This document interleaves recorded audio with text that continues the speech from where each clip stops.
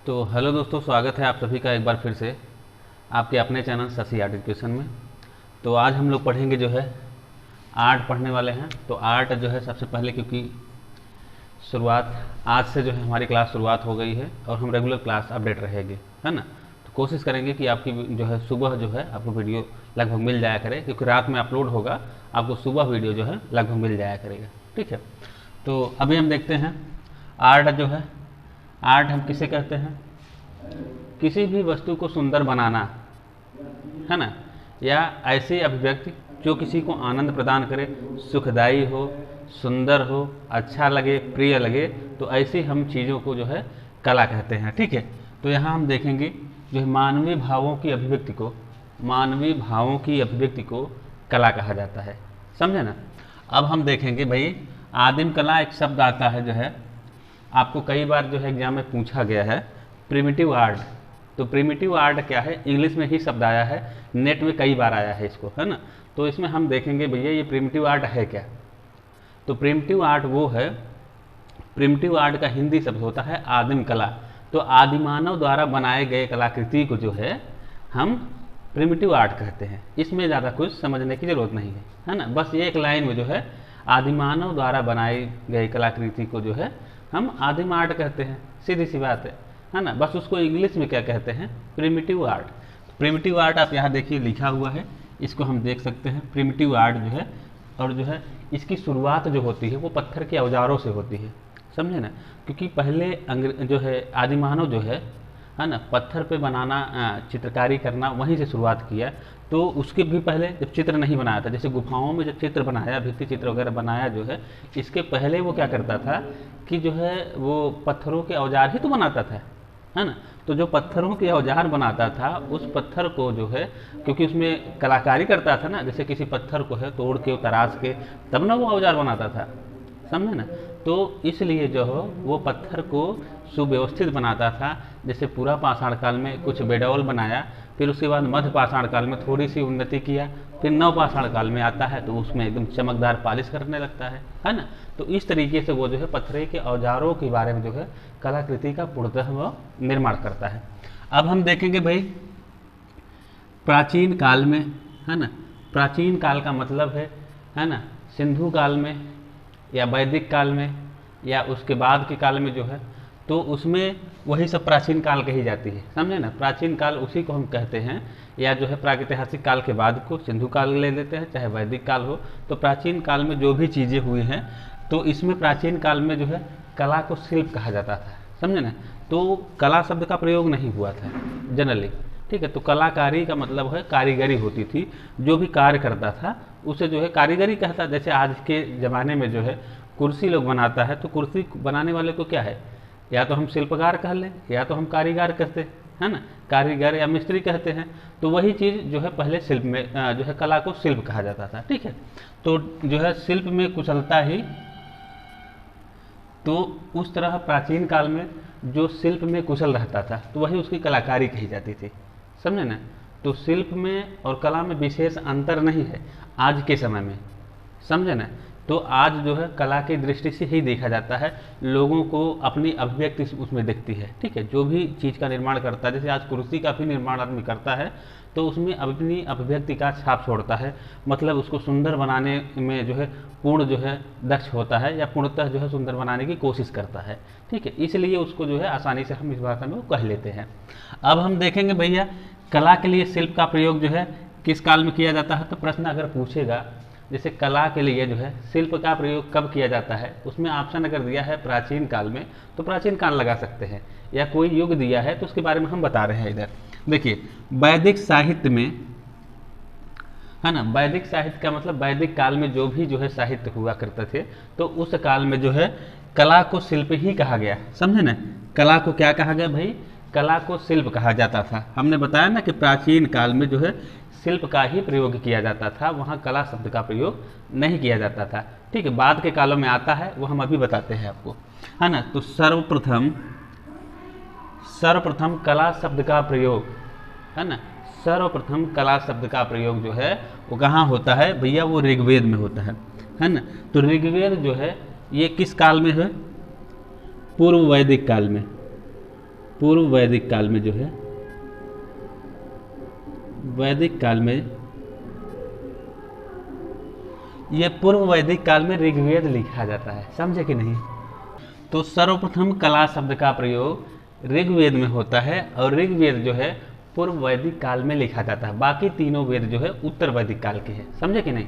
अब हमें ध्यान देना है कि ऋग्वेद में जो है कलाकार को फिर क्या कहा जाता था, तो कलाकार को भैया वो कहा जाता था शिल्पिन, है ना, जो शिल्पकारी करता था उसे शिल्पिन कहा जाता था, और कला को क्या कहा जाता था भाई, शिल्प कहा जाता था, ठीक है। तो दोनों में अंतर समझ लिए, शिल्प और शिल्पिन, ठीक है। जो कलाकारी किया उसको शिल्पिन कहा गया, किसी युग में, वैदिक युग में, ठीक है, ध्यान रखिएगा।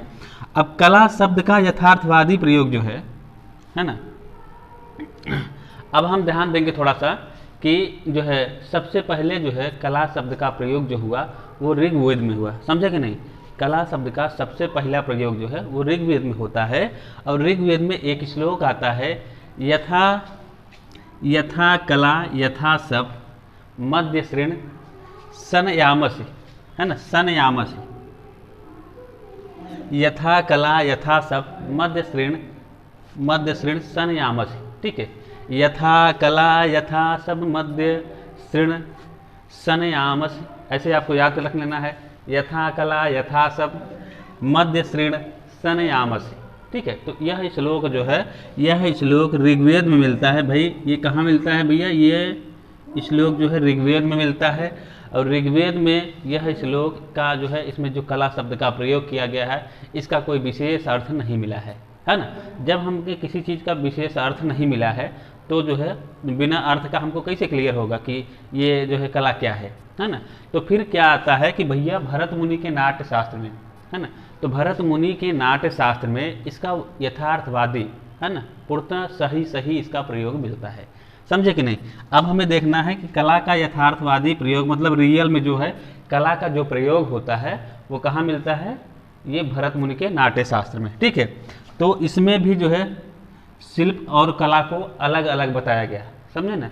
भरत मुनि के नाट्य शास्त्र में कला और शिल्प को अलग अलग बताया गया, ठीक है। दोनों बातें समझ लिए।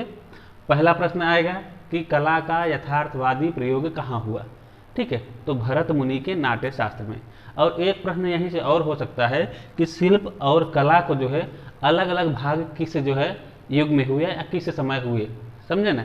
तो वो भरत मुनि के समय में हुए और भरत मुनि के नाट्य शास्त्र से हुए, समझे कि नहीं। अब हमें ध्यान देना है कि भरत मुनि जो है प्रथम शताब्दी ईसा पूर्व थे, समझे ना। तो ये भी एक प्रश्न बन सकता है कि भैया प्रथम शताब्दी ईसा पूर्व में जो है या ऐसे प्रश्न पूछा जा सकता है कि भरत मुनि का समय कब था, तो प्रथम शताब्दी ईसा पूर्व, ठीक है ना। कला शब्द का यथार्थवादी प्रयोग भरत मुनि के नाट्य शास्त्र में हुआ, है ना। शिल्प और कला का जो है अलग अलग प्रयोग कहाँ हुआ, तो भरत मुनि के नाट्य शास्त्र में हुआ, और भरत मुनि का समय जो था प्रथम शताब्दी ईसा पूर्व, ठीक है। ये सब क्लियर हुआ।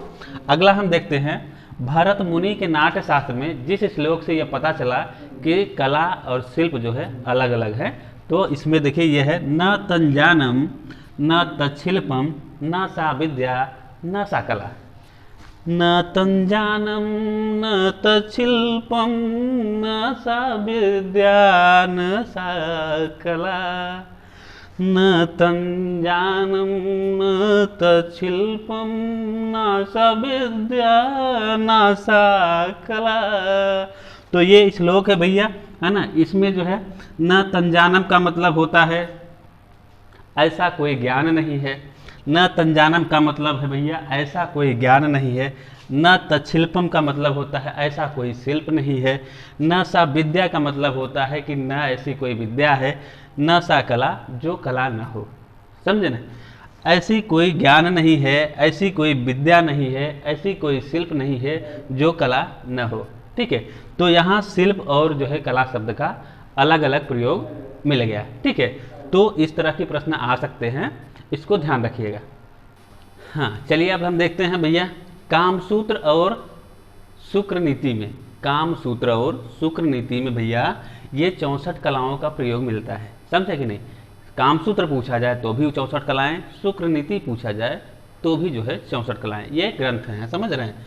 और एक ग्रंथ आता है कौशितकी ब्राह्मण, तो कौशितकी ब्राह्मण में भैया इसमें जो शिल्प का प्रयोग हुआ है, तो शिल्प किस लिए प्रयोग होता था भाई, ये जो है नृत्य एवं गीतकार को, समझ रहे, नृत्य और जो है नृत्य और गीत को जो है इसमें शिल्प कहा गया, समझे ना, किसमें, कौशिकी ब्राह्मण में। तो कौशिकी ब्राह्मण में भैया नृत्य और गीत को जो है शिल्प कहा जाता था, समझे ना। और वही महर्षि पाणिनि के अष्टाध्यायी में जो है, महर्षि पाणिनि ने जो कि लिखा है अष्टाध्यायी, समझ रहे हैं, अष्टाध्यायी जो लिखा हुआ है उसमें जो है नर्तक वादक और गायक को शिल्प कहा गया, समझ रहे। तो जो है नर्तक और वादक और गायक को शिल्पी कहा गया, यहाँ शिल्प नहीं शिल्पी कहा गया, इसमें हम ध्यान देंगे, ठीक है। कौशिकी ब्राह्मण में जो है इस शब्द का प्रयोग मिला है, समझे ना, केवल शब्द का प्रयोग मिला है, यहाँ शिल्प जो है नृत्य और गीत को शिल्प कहा गया है, समझे कि नहीं। अब हमें देखना है कि महर्षि पाणिनि के अध्याय में भैया ये नर्तक वादक है ना, मतलब नाचने वाला, और वादक मतलब बजाने वाला, और गायक मतलब गाने वाला को शिल्पी कहा गया है, समझे ना। शिल्प और शिल्पी में अंतर समझ पा रहे हो, है ना। तो वही मतलब है भैया, जब गीत और नृत्य और गीत को जो है शिल्प कहा गया, और नर्तक वादक और गायक को शिल्पी कहा गया, समझ गए। हाँ तो फाइनली छात्रों फिर से हम देखते हैं इधर जो है, अब जो देखेंगे विष्णु धर्मोत्तर पुराण जो है ना। तो विष्णु धर्मोत्तर पुराण जो है यह किसकी कृति है भैया, ये विष्णु धर्मोत्तर पुराण जो है मार्कंडेय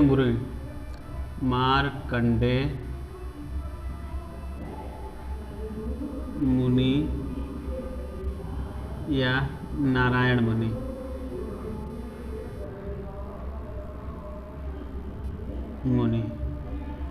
ठीक है। मार्कंडेय मुनि और नारायण मुनि ये दोनों एक ही नाम है, ठीक है। तो नारायण मुनि और मार्कंडेय मुनि ने जो है क्या लिखा भैया, ये विष्णु धर्मोत्तर पुराण इन्होंने लिखा। उसके बाद जो है इसके विष्णु धर्मोत्तर पुराण जो बुक है उसी में जो है ये चित्रसूत्र नाम आता है। तो चित्रसूत्र जो है 35 से 43 अध्याय तक, तो विष्णु धर्मोत्तर पुराण में 35 से 43 अध्याय तक टोटल 9 अध्याय है ना, 9 अध्याय है भैया। इसी में जो है चित्रकला को सर्वश्रेष्ठ माना गया है, इसी में भैया क्या माना गया है, चित्रकला को सर्वश्रेष्ठ माना गया है, सर्वश्रेष्ठ माना गया है, समझे। अब जो है देखिए चित्रकला का जो है इसमें सर्वश्रेष्ठ स्थान है किसमें भैया, ये विष्णु धर्मोत्तर पुराण है, जिसमें चित्रसूत्र जो है 35 से 43 तक का जो अध्याय आता है उसी को हम चित्रसूत्र कहते हैं, ठीक है। अब सोचो भैया, कहीं कहीं किताबों में लोग पढ़ के कंफ्यूज हो जाते हैं कि इसको जो है मार्कंडेय मुनि ने जो है विष्णु धर्मोत्तर पुराण लिखा है और नारायण मुनि ने चित्रसूत्र लिखा है। ऐसा नहीं है भाई, ये दोनों जो है एक ही नाम है, ठीक है। नारायण मुनि उनको कहा जाता था और जो है मार्कंडेय मुनि उनका जो है नाम था, समझे कि नहीं। तो विष्णु धर्मोत्तर जब पूरा उन्होंने लिखा तो उसके अंदर ना चित्रसूत्र है कि नहीं। तो चित्रसूत्र जब उसके अंदर है तो अलग कैसे हुआ, है ना। तो ये चीज़ हम देखेंगे, ठीक है। अब इसमें एक जो है श्लोक आता है, कला नाम प्रवरम चित्रम धर्म काम अर्थ मोक्षदम मांगल्यम प्रथमम हेतद गृहे यत्र प्रतिष्ठितम। तो ये भैया श्लोक है, तो श्लोक को याद आप लोग कर लीजिए। कला नाम प्रवरम चित्रम धर्म काम अर्थ मोक्षदम मांगल्यम प्रथम हेतद गृहे यत्र प्रतिष्ठितम, है ना। तो इसका अर्थ है भैया, कला के मानव जीवन के चारों पुरुषार्थ जो है, कौन कौन से चारों पुरुषार्थ है भैया, ये है धर्म है, काम है, अर्थ है और मोक्ष है। ये चारों चीज़ हैं, चारों पुरुषार्थों जो है पुरुषार्थों की प्राप्ति होती है। किससे होती है, जहाँ भैया ये जिस घर में जो है चित्रों की प्रतिष्ठा रहती है उस घर में मांगल्य कार्य प्रथम स्थान पर होता है, समझे कि नहीं।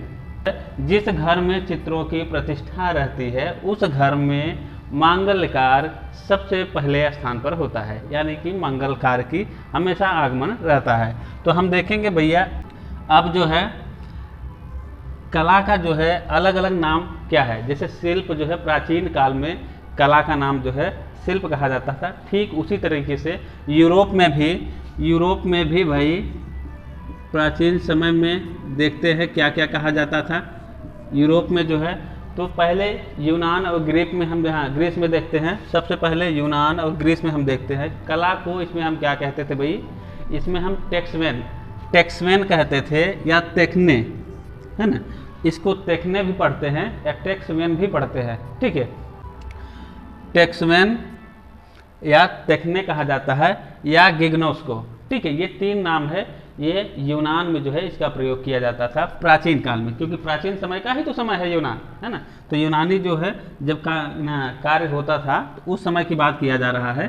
तो उस समय भैया इसको शिल्प को क्या कहा जाता था, टेक्ने कहा जाता था या गिग्नोस को कहा जाता था, ठीक है। जिसका अर्थ होता है भाई क्या होता है, शिल्प ही अर्थ होता है, ठीक है। तो भारत में अपने यहाँ शिल्प ही कहा गया और शिल्प के स्थान पे भैया यहाँ क्या कहा गया, टेक्समैन या तेखने या गिग्नोस को कहा गया, समझ गए। अब हम देखेंगे भैया 13वीं शताब्दी के प्रारंभ में जो है 13वीं शताब्दी के प्रारंभ में आर्ट शब्द का प्रयोग होता है ना। यूरोप में, अपने यहाँ नहीं, यूरोप में, है ना। तो यूरोप में आर्ट शब्द का प्रयोग होता है और इसका विकास जो होता है भैया प्राचीन लैटिन शब्द, इसका विकास जो है प्राचीन लैटिन शब्द जो है आर्ट शब्द से ARS, है ना, इस शब्द से हुआ है, जो कि लैटिन भाषा का शब्द है। इसको क्या कहा गया, कोग्नोस्को, है ना। आर्ट शब्द या कोग्नोस्को से हुआ है, लैटिन भाषा का दोनों शब्द है। ये कोग्नोस्को जो है लैटिन भाषा का शब्द है। लैटिन जो है इटली की भाषा रही है, प्राचीन भाषा रही है, समझे ना। अब देखो इसका विकास जो है प्राचीन लैटिन शब्द किससे हुआ भाई, आर्स शब्द से या कोग्नोस्को से हुआ, जिसका अर्थ होता है भाई बनाना या पैदा करना या संयोजित करना। जैसे हम लोग आज जो है चित्र बनाते हैं ना, तो जो चित्र बनाते हैं तो चित्र में हम क्या करते हैं, कलर को और जो भी चीज़ें ना लगाना रहता है कैनवास पे उसको हम जो है संयोजित करते हैं ना, व्यवस्थित कलर लगाते हैं। तो उसी को जो है हम क्या कहते हैं भैया, आर्ट्स कहते हैं या आर्ट कहते हैं। आज के समय में उसी का जो है परिष्कृत रूप जो है आर्ट शब्द है, ठीक है। अब हम देखेंगे ये जब ये अर्थ किसी चीज़ को बनाना जब होता है तो उसे जो है हमारी प्राचीन भाषा में या भारत में क्या कहा जाता था, उसको कौशल या शिल्प कहा जाता था, समझे कि नहीं। कौशल या शिल्प जो है अपने यहाँ कहा जाता था, यह एक कारीगरी ही है। तो वहाँ के समय में जो है इसको क्या कहा जाता था, आर्ट्स कहा जाता था भाई, या तो कोग्नोस्को, ठीक है। हम कई बार नाम इसलिए ले रहे हैं क्योंकि आपको जो है आपके दिमागों में फिट से बैठ जाए, समझ रहे हैं। अब हम देखेंगे भैया कुछ विद्वान जो है ना, कुछ विद्वान बहके रहते हैं तो वो क्या कहते हैं भैया, वो कहते हैं कि आर्ट शब्द का जो है ये पुनर्जागरण काल के शब्द से जो है बना हुआ है और जो आर्टी या आर्टे शब्द से बना हुआ है ना। तो कुछ विद्वान भाई क्या मानते हैं कि ये पुनर्जागरण काल का जो शब्द है ना, जो आर्ट शब्द है ये पुनर्जागरण काल के शब्द से आया है ना। अब ये कौन सा शब्द है भैया, आरटी, ARTI या ARTE, ठीक है। आर्टे या आरटी शब्द से बना हुआ है ना। पुनर्जागरण काल के शब्द आरटी या आर्टे शब्द से बना हुआ है, ठीक है। इसको माना जाता है। अब जो है 14वीं से 16वीं शताब्दी में, यानी कि पुनर्जागरण काल में, है ना, पुनर्जागरण काल का समय जो था वो 14वीं से 16वीं शताब्दी था, जैसा कि आप सभी लोग जानते हैं, ठीक है। अब हम लोग ध्यान देंगे भैया कि इस शब्द का प्रयोग किया क्यों जाता था, है ना। ये शब्द का प्रयोग जो है, ये आर्टी एंड आर्टे शब्द का प्रयोग क्यों किया जाता था, ये दस्तकारी के लिए किया जाता था। तो दस्तकारी क्या होता है आप पूछोगे अब, है ना। तो दस्तकारी होता है भैया ये कारीगरी, हाथ की कारीगरी, है ना, हाथ की कारीगरी या हस्तशिल्प। तो जो हस्तशिल्प का काम होता था भाई उसी को क्या कहा जाता था, दस्तकारी। मतलब पुनर्जागरण काल में जो है दस्तकारी का जो प्रयोग हुआ वो क्या है, वो जो है भैया है आर्टी या आर्टे, समझे कि नहीं। तो ये दोनों चीज़ समझ गए होंगे। आशा है, उम्मीद है कि हम आपको पूरी तरह से इसको समझा पाए होंगे, है ना। तो आज के लिए हम यहीं पे समाप्त करते हैं। मिलते हैं अगले वीडियो में अगले टॉपिक के साथ। धन्यवाद।